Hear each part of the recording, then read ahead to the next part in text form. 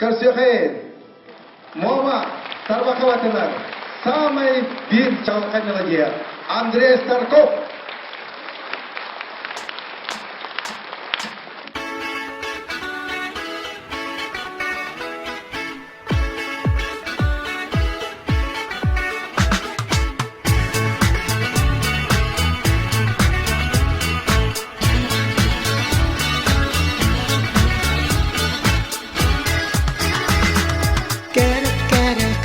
Saskelle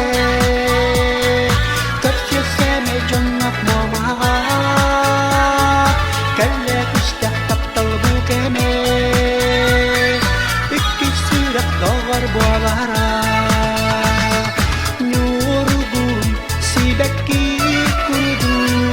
Doğar boğarın kuruk Çağıl kay günnak sas kurudu Yerde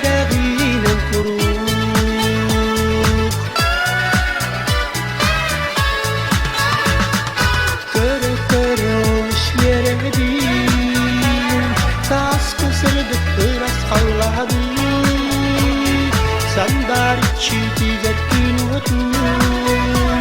Kırava ben narotun Nurgun sibekki kurdu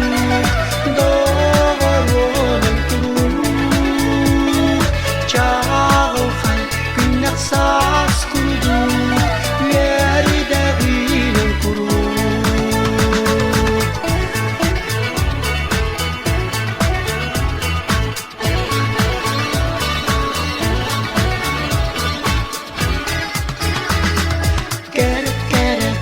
Saskelle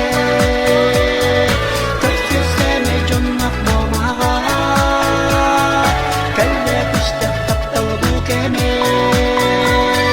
İki sürak doğar boğalara Nurgun sibekki kurudu Doğar boğarın kuruk Çağıl kay günnak sas kurudu Yerde